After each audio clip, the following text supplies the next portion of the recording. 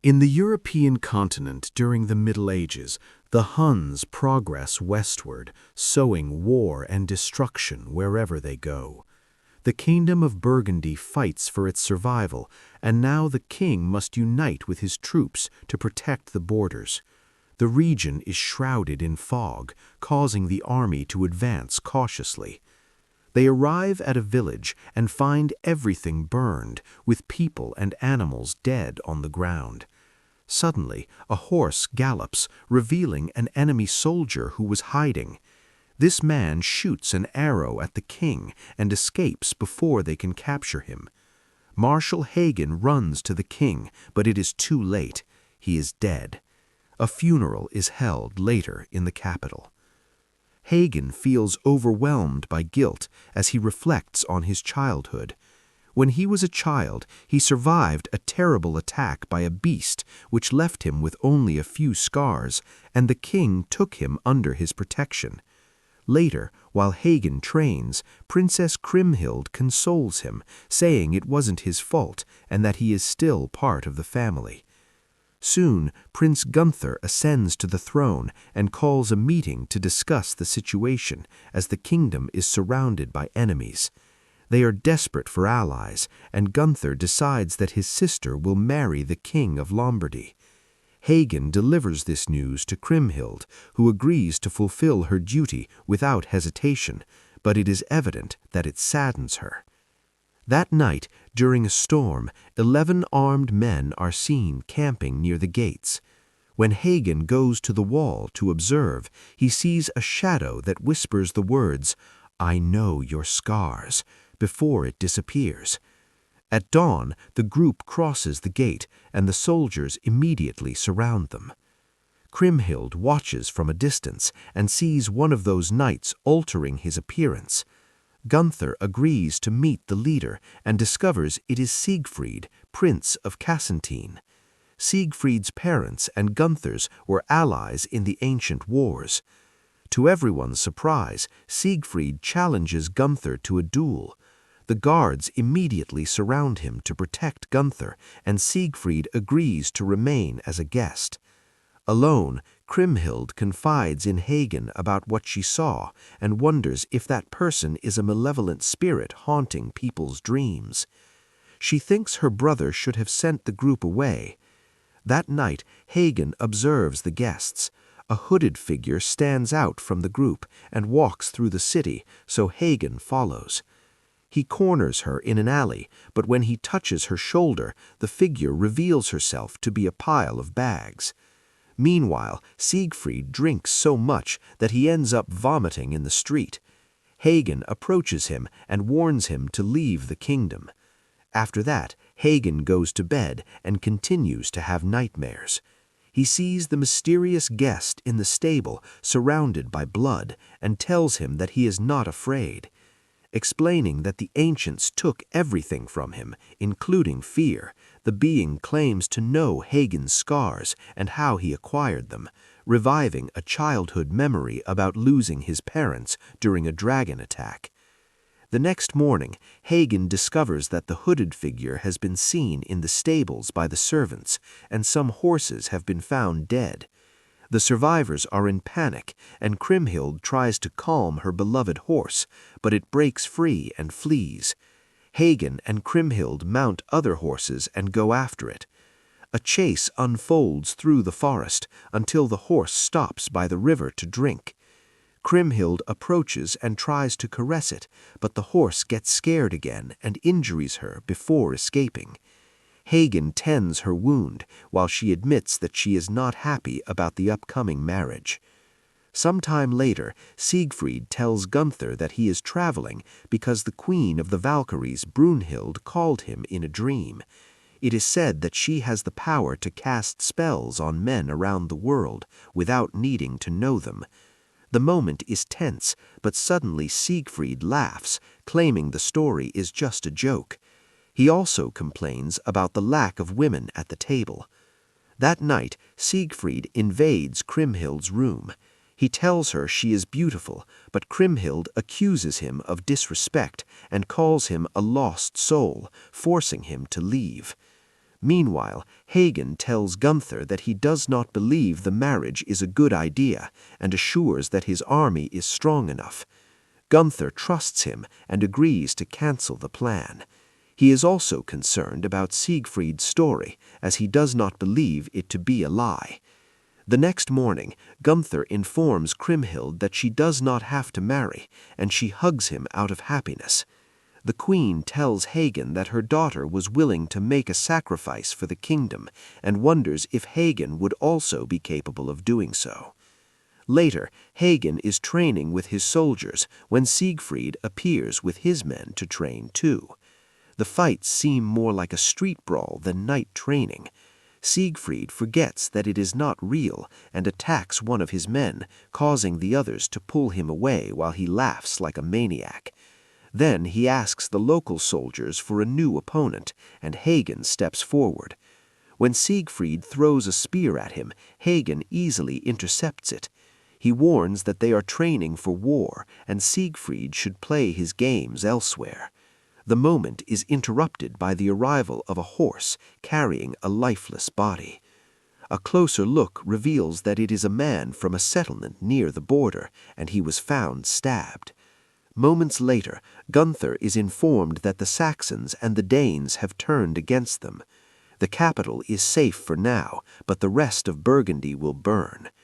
Gunther is so desperate for allies that he asks Hagen to join Siegfried's group, even though Hagen disapproves of the idea.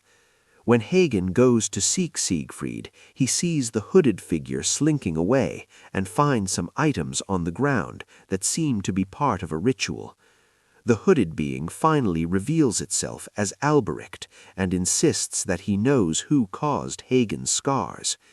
Alberic explains that Siegfried fought the dragon alone and killed it. He bathed in its blood, which made him invulnerable. However, a leaf fell on his back and prevented the blood from touching that spot of skin. Therefore, it is his only weakness. Alberic was hired to forge a sword with the dragon's bones. He yells at Hagen for allowing Siegfried to stay in the castle, commenting that they gave him what he has always wanted, a family. In the chapel, Gunther's prayers are interrupted by Siegfried and his men. He places his sword in Gunther's hand and says he will kill for him. When Hagen shows up to look for them, he finds Gunther announcing that Siegfried is now an ally. Later, Hagen says goodbye to Kriemhild before leaving for war. She asks why he saved her from the marriage, considering the kingdom needs allies, but Hagen refuses to answer. Kriemhild tries to mention the feelings between them, and Hagen asserts that he did it to protect the kingdom, but she says her home will never be safe. The next day, the army marches to war. When they stop to camp at night, Hagen discusses strategies with his men. He points out that the Saxons and the Danes are brave but lack discipline, so they must take advantage of their chaos. Siegfried is bored and leaves the meeting to rest in the forest. Gunther joins him and asks about the Valkyrie story. Thus, Siegfried tells that the queen calls forth the warrior that exists in him. In the middle of the night, Siegfried rides out and attacks the enemy alone. At dawn, everyone is shocked to see him return with the head of the Saxon king. He explains that the Saxons are pursuing him and are chaotic without a leader, so they must take the opportunity to confront them. The army cheers and follows Siegfried into battle, ignoring Hagen's concerns. Soon, a fierce battle begins in the forest. Hagen kills any enemy that comes too close, but he is more interested in finding his king.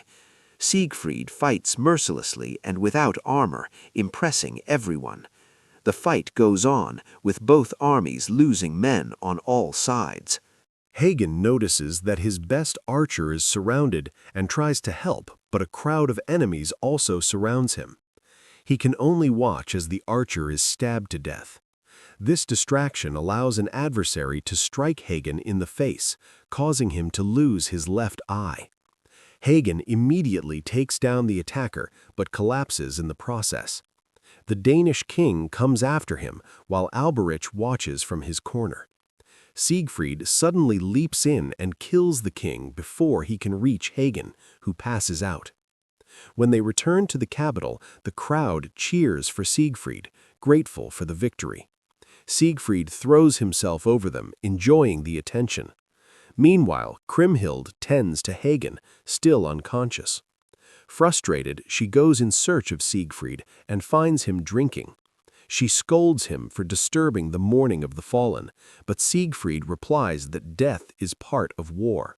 He believes the fallen warriors do not need to be honored in silence, but celebrated. When asking about Hagen, Kriemhild admits that he may be dying. Siegfried then says Alberich can help him. Moments later, Alberich tends to Hagen's wounds, drawing a mysterious symbol on his body while revealing the truth. It turns out that Hagen's childhood story was a sham. Hagen comes from another kingdom that was attacked and conquered by Gunther's father. His parents were killed, and Hagen was trapped in the flames. The dragon that appeared actually saved Hagen by taking him in its claws and flying with him, explaining the scars. The king used the dragon to cover up what really happened. When Hagen finally wakes up, he visits the graves of the fallen soldiers. Siegfried tells him that he regrets nothing. Later, in the throne room, Kriemhild finds Siegfried, who says empires always crumble, and that they are not fighting for that, which is why he never wanted his father's throne. Kriemhild feels truly impressed by his lack of ambition. While changing Hagen's bandage, she expresses her gratitude to Siegfried for saving Hagen's life. However, Hagen suspects that Siegfried is creating false hopes in people. Kriemhild argues that false hopes can be better than no hope at all. In the following days, Hagen is heartbroken to see Kriemhild and Siegfried spending so much time together. One morning, they ride horses into the forest and admire the ruins of ancient wars. Kriemhild asks why Alberich follows Siegfried, and he replies that he killed Alberich's master. He also shares the story about the dragon. Siegfried became an apprentice blacksmith because his father wanted him to learn discipline. However, the blacksmith sent him to the valley in the hope that he would never return. After wandering for weeks, Siegfried found an asleep dragon and considered it the most beautiful moment of his life. Kriemhild cannot understand why he killed it, but Siegfried refuses to answer. On the way back, Kriemhild keeps hearing a voice calling her name. Siegfried tells her to ignore it, but Kriemhild turns around and sees her father's body covered in vines. She runs away in horror, and when Siegfried follows her, she admits that she is beginning to forget her father's face. He tried to sell her to a stranger, and for a time she hated him for it. She has an emotional breakdown, and Siegfried comforts her. Eventually, they come together and become intimate. After they fall asleep, Siegfried has a nightmare and almost kills Kriemhild, but wakes up in time. Meanwhile, the Huns continue their march westward under the leadership of Zell, spreading death and destruction wherever they go. Gunther is informed that Lombardia has fallen, and he despairs for more allies. Remembering Siegfried's story, he decides they must contact Queen Brunhild of Iceland. A council member brings this news to Hagen, disapproving of the idea. Brunhild is part of the ancients who used black magic and were cast out of the land. The council member explains that Gunther heard the queen in his dreams and believes it to be a trap by Alberich, so he locked her up.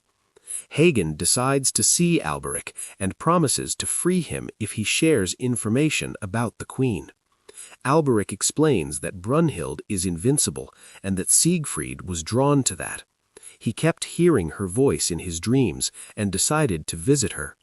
The queen grew fond of him, and they spent a year together, but one day Siegfried vanished without warning and broke her heart.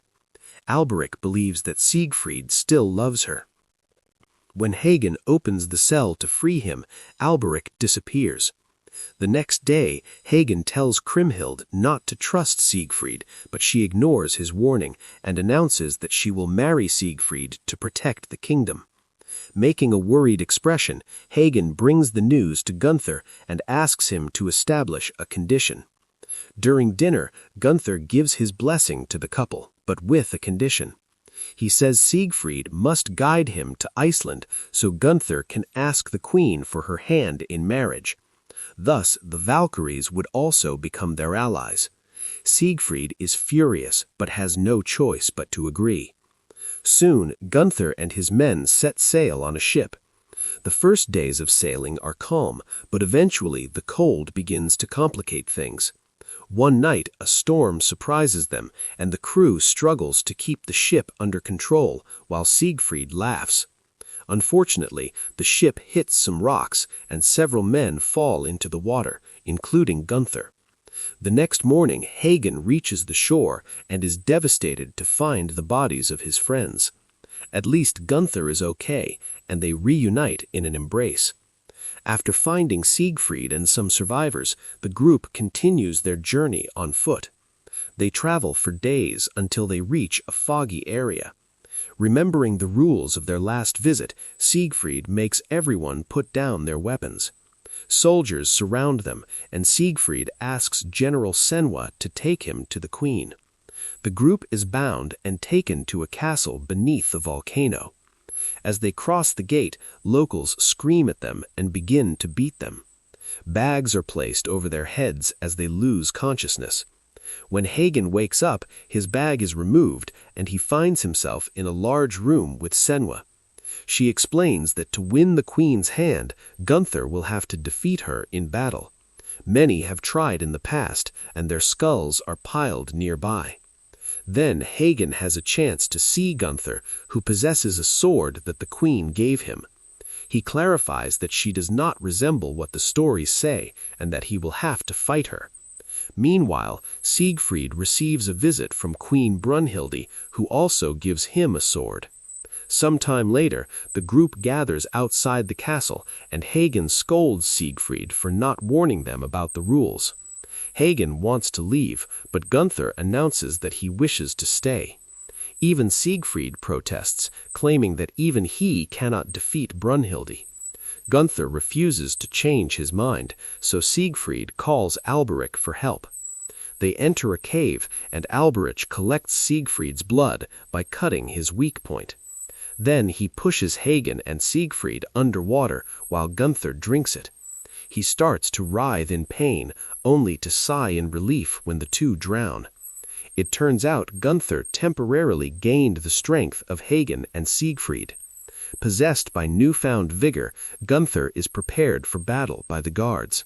Senwa warns him that if his blood touches the snow, the queen will take his head. If her blood touches, she will leave with him. Then Gunther finally fights Brunhilde, who reveals herself to be an exceptional warrior, quickly knocking off his helmet. He surprises her by blocking or deflecting her attacks, providing a good fight. After several minutes of confrontation, blood finally falls in the snow. To everyone's surprise, it comes from a cut on Brunhilde's leg. Gunther immediately calls forth the power for Hagen and Siegfried to awaken in the cave. Brunhilde and her army kneel, determined to fulfill their part of the bargain. When it is time to leave, Brunhilde bids farewell to her land in tears. Eventually, the group returns to Burgundy, and Gunther is devastated to learn that his army was unable to hold the borders. The Huns have destroyed much of the kingdom. Soldiers are deserting, and men in the villages are hiding to avoid being drafted. As they urgently need the strength of their allies, a double wedding is held. Siegfried and Kriemhild are happy to marry, while Brunhild and Gunther appear cold. Later, while everyone prepares for battle, Brunhild deals with her frustration by attacking Siegfried. She beats him before the entire army before screaming in rage. On the night before the great battle, Hagen realizes that his soldiers are fearful and hopeless. He gives a speech to inspire them, urging them to follow the queen, for she will protect them. At dawn, the army sees Brunhild's volcano erupting in the distance and considers it a positive sign. When the battle begins, Brunhild charges and no one hesitates to follow her. The fight is fierce, and soon death covers the entire field, but Brunhild's leadership still leads her team to victory. Zell watches her, impressed by her overwhelming power, and has no choice but to retreat. At night, a great feast is held to celebrate the victory. As everyone dances and drinks, Brunhild and Siegfried dance together a lot and eventually leave, being seen by Hagen. The next morning, Hagen notices that Brunhild and Siegfried are still openly flirting. Hagen approaches Siegfried privately and states that he will tolerate this on the battlefield, but Siegfried must remain loyal to Kriemhild when they return. Siegfried hugs him and promises to take good care of the princess. In the following weeks, the kingdom celebrates peace once more and focuses on reconstruction. However, Siegfried grows bored and asks Kriemhild to run away with him.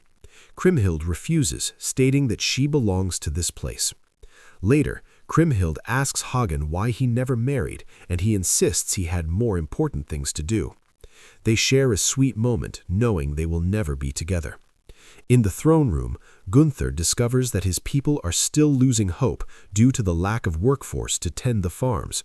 Siegfried intervenes to help, but Gunther hates that the locals prefer him and scolds him for interrupting. Later, Gunther tells Hagen that he is worried about Brunhild as she ignores him but looks affectionately at Siegfried. He demands the truth about what happened, but Hagen insists they only fought side by side. One night during dinner, Siegfried is very rude to one of the counselors and intimidates him until he leaves. An enraged Gunther yells at Siegfried, telling him he still has not become a true family. When Siegfried tries to start a fight, Hagen interrupts him. Later, Gunther sees Brunhild leaving the castle on horseback and follows her. The next morning, Gunther tells Hagen that Brunhild and Siegfried have been meeting in secret. The people continue to adore Siegfried, but he comes and goes without caring about anyone's feelings. Gunther does not want Siegfried to destroy the family, so Hagen agrees to do whatever the kingdom needs. Meanwhile, Siegfried apologizes to Brunhild, but continues to get drunk in taverns and provoke fights. One day, Hagen invites Siegfried to go hunting, and together they take down a white deer.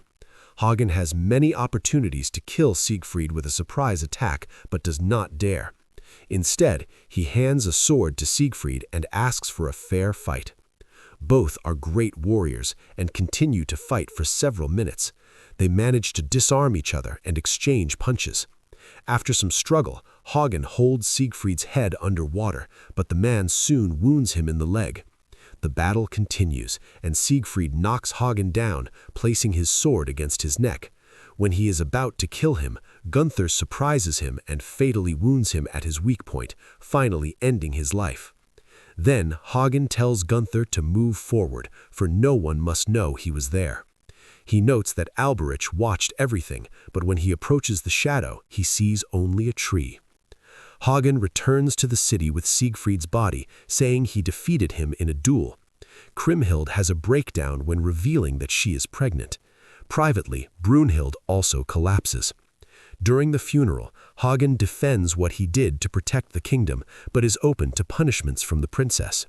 However, instead of exterminating him, Kriemhild curses him to live long enough to serve Siegfried's son, which will make him suffer more than death.